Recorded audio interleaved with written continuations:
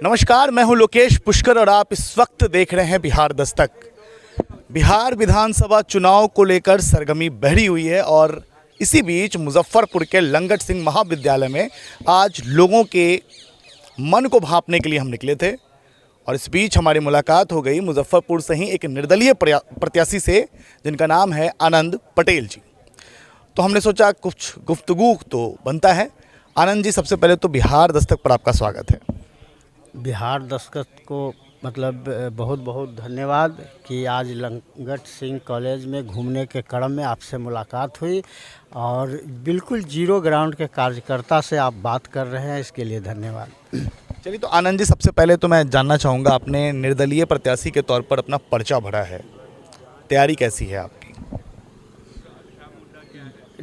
तैयारी जो है बिल्कुल जो है अच्छी तरीके से चल रहा है। हर वार्ड में हमारा जो है संगठन है।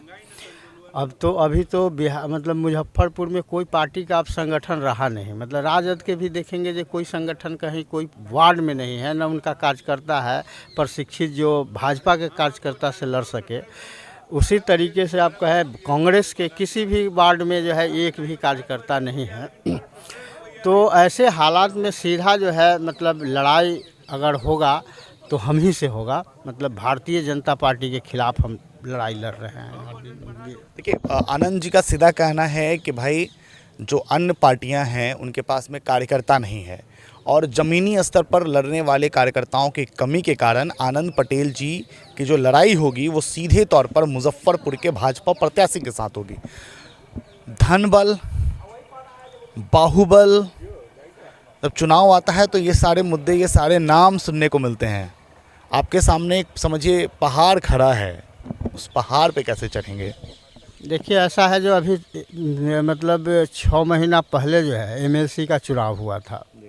लोग यही कह रहे थे जो बड़े बड़े धन बल वाले हैं और एक मामूली जो है बंशीधर ब्रजवासी जो है चुनाव कैसे जीतेगा। हम भी कैंपेन में थे, हम भी लोगों के बीच जा रहे थे, तो वो कह रहा था कि भाई ये बड़े बड़े पार्टी है, उसमें आप कहाँ से आप टिकिएगा। ये मतलब जातिगत जो है विभाजन लोग कर रहे थे, जो ब्राह्मण होगा, भूमिहार होगा, राजपूत होगा, लालाजी होगा, ये लोग जो है एनडीए को कर देंगे। ये मतलब मुस्लिम होगा, यादव होगा, ये होगा, ये जो है इनको कर देंगे महागठबंधन को, तो फिर ब्रजवासी को वोट कौन देगा, ये लोग कह रहे थे।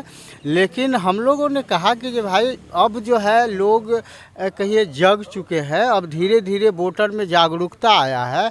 अब वोटर जो है बिल्कुल जो है इन सब ढकियानुसी जो चीज़ें चल रहा है इस पर जो है अब वोट जो है वोटर वोट नहीं करने जा रहा है। इस बार जो है सीधा जो है कहिए लोग मुजफ्फरपुर को बचाने के लिए करेगा। आप देखिए, तो स्वास्थ्य की व्यवस्था पूरी तरीके से ध्वस्त है। उसी तरीके से शिक्षा जो है, अब गरीबों के बच्चे जो है वो पढ़ नहीं सकते हैं, मतलब साक्षर भी नहीं हो सकते हैं। ये पूरा जो है कहिए पढ़ाई सरकारी विद्यालयों में बंद है। लेकिन यहाँ पर 25 साल से हम प्रतिनिधि बना करके विजेंद्र चौधरी को जिताते आए हैं, लेकिन उन्होंने कभी शिक्षा के सवाल पर जो है न मतलब मुजफ्फरपुर में काम किया और न सदन के अंदर आवाज़ उठाने का काम किया। तो अब किस आधार पर सिर्फ जो है रोड के ठेकेदार को हम जनप्रतिनिधि बनाते रहेंगे तो मुजफ्फरपुर के क्या हाल होगा। यहाँ परिवर्तन हम चाहते हैं, इसी के लिए हम लोग आए। अच्छा, आपसे जब बातचीत शुरू हुई तो आपने पहले ही कहा कि जो राजद के या कांग्रेस के जो उम्मीदवार होंगे उनके पास तो कार्यकर्ता नहीं है, तो आपने लड़ाई से पहले ही उनको बाहर निकाल दिया। विजेंद्र चौधरी को लड़ाई में नहीं मानते हैं? नहीं, वीरेंद्र चौधरी बिल्कुल लड़ाई में नहीं रहेंगे और नहीं रहने के वही का कहे ना ये कारण है जो न कांग्रेस के कार्यकर्ता है, न राजद के कार्यकर्ता है, न प्रशिक्षित लोग हैं जो भाजपा के लोगों को काउंटर कर सके। हम तो हर जगह संगठन हर वार्ड में बनाए हुए हैं, तो हमारे लोग ही जो है भाजपा के कार्यकर्ता को जो है काउंटर कर पाएगा, नहीं तो संभव नहीं है। चलिए, अब हम सीधे चलते हैं। मुजफ्फरपुर की कौन सी ऐसी जन समस्याएं हैं जिसको आप प्रमुखता के साथ देखते हैं, जिसको आप प्रायोरिटी के साथ अगर आप जीत कराते हैं तो उस पर काम करना चाहेंगे? देखिए, सबसे बड़ी बात है जो मुजफ्फरपुर एक प्रदूषित शहर हो गया है, जो कहिए एक सरकारी मशीनरी के कारणों से। अब देखिएगा कि जब जितना भी रोड बन रहे हैं साइड में जितना भी वृक्ष है उसको जो है काटा जा रहा है, और काटने के कारण मतलब ऑक्सीजन की कमी भी हो रही है, पर्यावरण का नुकसान हो रहा है, और इस पर कोई चर्चा नहीं कर रहा है, क्योंकि मानव जीवन रहेगा ना तभी कुछ जो है से कि विकास और सौंदर्यीकरण की बात हम कर सकते हैं, और तभी राजनीति होगी, तभी विकास होगा। लेकिन ये जो कहिए कि जो प्रतिनिधि लोग हैं, जो ठेकेदारी के छोड़ करके दूसरे जगह ध्यान नहीं है इन लोगों को। इन लोगों को ठेकेदार होना चाहिए, जनप्रतिनिधि नहीं होना चाहिए। चलिए ठीक है, अब आपने बातचीत तो कर ली। जैसे आपने अभी स्वास्थ्य मुद्दे को लेकर, जैसे आपने कहा कि ठीक है स्वास्थ्य सुविधाएं बहुत लचर हो चुकी हैं, जाम को आप कैसे देखते हैं? क्या लगता है आपको मुजफ्फरपुर के विकास में जाम एक बाधा है? क्योंकि प्रतिदिन लोगों को जाम की समस्याओं से झेलना पड़ता है, जबकि हर चौक चौराहे पर लाइट्स लग चुके हैं, वो स्ट्रीट लाइट्स जो होते हैं वो लग चुके हैं, उसके बावजूद भी नियंत्रण नहीं हो पा रहा है। क्या कहना चाहेंगे? नहीं, मुजफ्फरपुर का जो बनावट है, कहिए कि जो पुराने सिस्टम के तहत बनावट है, चौड़ीकरण रोड के वहाँ नहीं हो सकता है। ऐसे हालात में हम लोगों ने नीतीश जी को एक प्रपोजल दिया था जो फ्लाईओवर जो है मुजफ्फरपुर में बनाया जाए, ऊपर से ऊपर ही लोग जो है मतलब ऊपर भी लोग चले और नीचे से भी चले, आसानी से जो है से कि ये ख़त्म हो जाएगा ये समस्या। दूसरा समस्या ये है कि सड़क के इर्द गिर्द में आप देखेंगे कि दुकानदार लोग जो है कहिए अतिक्रमण करके या रोड पर जो है दुकान लगाए हुए रहते हैं।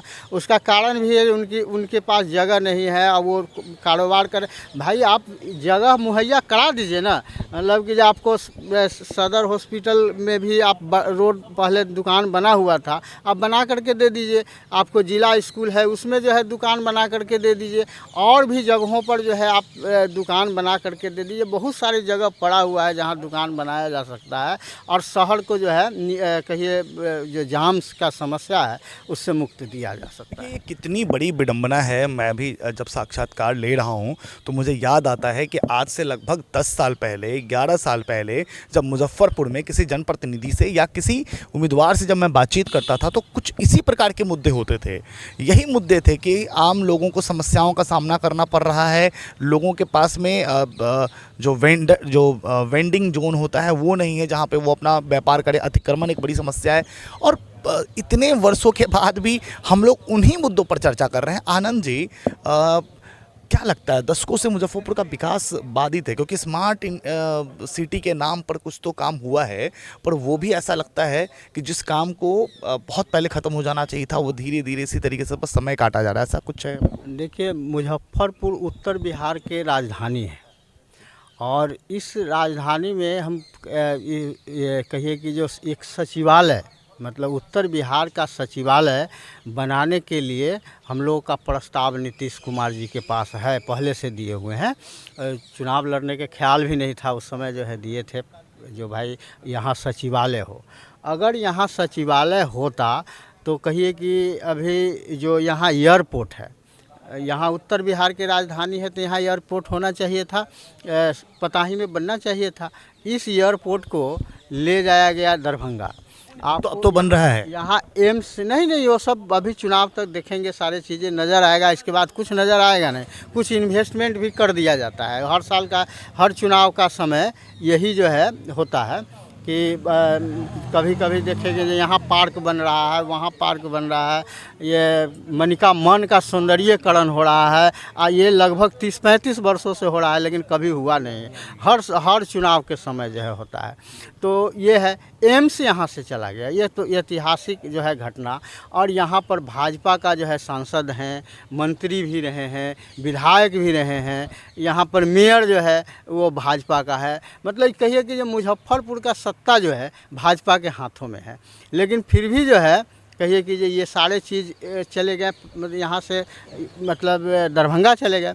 तो आपका जो है जो वास्तविक में विकास का जो सवाल है, वो सवाल यही है कि यहाँ सचिवालय का गठन हो, उत्तर बिहार का राजधानी घोषित हो। यह घोषित राजधानी है। जब ये घोषित होगा, यहाँ पूरे कहिए प्रशासनिक चहल पहल बढ़ेगा, तो निश्चित तौर पर भ्रष्टाचार में भी मतलब कमी आएगा। हम ये नहीं कहते हैं कि इसे ख़त्म कर दिया जा सकता है, लेकिन कमी आएगा। दूसरा बात यह है जो कि आप लोगों का मतलब आम लोगों को विकास की जब बात करते हैं तो आपको ये भी बात करना पड़ेगा जो कॉरपोरेट जगत के जो लोग हैं उनका विकास कितना होना चाहिए, उसका भी सीमा होना चाहिए। आप गरीबी रेखा तो तय कर दिए हैं लेकिन अमीरी रेखा तय नहीं किए हैं। जब तक अमीरी रेखा तय आप नहीं करेंगे तब तक जो है वो आम लोगों का विकास संभव नहीं है। और ये जो आपने बात कही कॉर्पोरेट लोगों की आय जो है वो सीमा हो, राजनीतिक लोगों की क्यों ना हो? मुजफ्फरपुर में कई ऐसे राजनीतिक लोग हैं जो 1000 करोड़ के मालिक हैं, उससे ज़्यादा के मालिक हैं, उनकी सीमा क्यों ना हो? हाँ, तो उसके दायरे में तो वो भी आएंगे ना, चाहे वो जनप्रतिनिधि हो या कॉरपोरेट जगत के लोग हों। जब आय का सीमा हम सीमित करते हैं तो उसके जहद में वो भी आएंगे। तो और दूसरी बात है जो नेता लोगों का सिर्फ उसी का बात नहीं है। बात यहाँ ये है कि जब भी इन लोगों को ज़रूरत पड़ता है अपने खर्च को और बढ़ाने के लिए, तो सदन में चाहे विधानसभा हो या लोकसभा हो, इसमें सभी पार्टी एक हो जाते हैं। उसमें उस समय मतभेद नहीं होता है, राजद, कांग्रेस, भाजपा, ये सब नहीं होता है। सब लोग एक साथ बैठ करके निर्णय कर लेते हैं कि इतना विधायक को वेतन होना चाहिए, इतना टीए होना चाहिए, इतना ये होना, मतलब खूब बढ़िया से फैसिलिटी जो है उन लोगों को मिले। ये सब बंद हो जाना चाहिए। राजनीति जो है जी, अगर विधायक आप बन जाएंगे तो ये तो सुविधाएं आपको भी मिलेंगी। नहीं, हमको मिलेंगी, निश्चित तौर पर हमको मिला हुआ है। हम भूमि सुधार कोर कमेटी के सदस्य हैं बिहार के, और कभी हम बॉडीगार्ड नहीं लिए। बॉडीगार्ड लेने का हमारा अधिकार है, तो वो मिला हुआ है, हमने नहीं लिया, कभी नहीं लिया। हमने नीतीश जी को साफ मना कर दिया। पत्र है, अभी जिला अधिकारी को देंगे, 3 गो बॉडीगार्ड हमारे साथ रहेगा। मतलब ये चुनाव में नहीं, मतलब भूमि सुधार कोर कमेटी के बिहार के सदस्य है, इस नाते हमको बॉडीगार्ड मिलेगा। हम कभी बॉडीगार्ड नहीं लिए। वो हेडेक हम कौन कहला लेंगे? तो वो सबसे बड़ा हेडेक है, उसको ख़त्म करना। ये सब चीज़ों को ख़त्म कर देना चाहिए।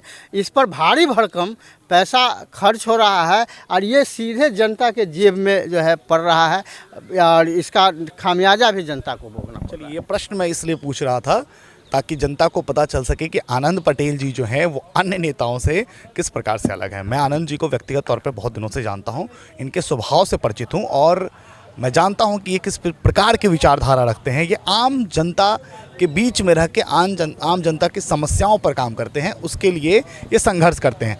संघर्ष के लिए आपको जाना जाता रहा है। अब आप विधानसभा की ओर चल चुके हैं, तो विधानसभा में भी क्या संघर्ष जारी रहेगा?